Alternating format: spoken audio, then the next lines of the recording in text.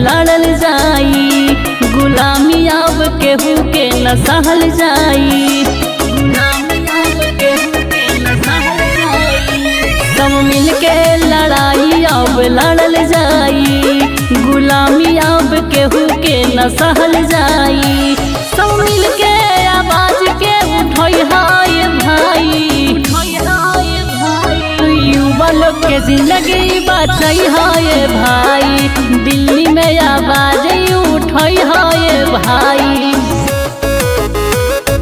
दिल्ली में आवाज उठई हाय भाई, युवा लोग के जिंदगी बचाई हाय भाई।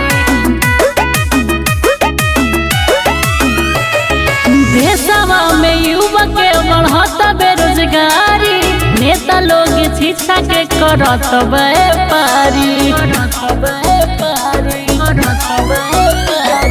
देशवा में युवा के बढ़त बेरोजगारी, नेता लोग शिक्षा के करत व्यापारी।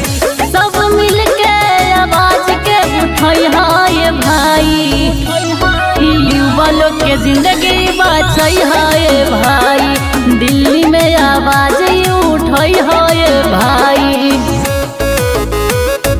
दिल्ली में आवाज उठई हाय भाई, युवा लोग के जिंदगी बचाई हाय भाई।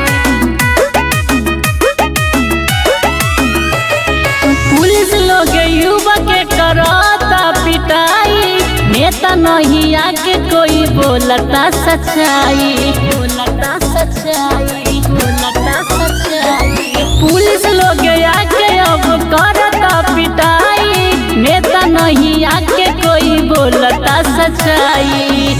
सब मिल के आवाज के उठई हाय भाई, युवा लोग के जिंदगी बचाई हाय भाई,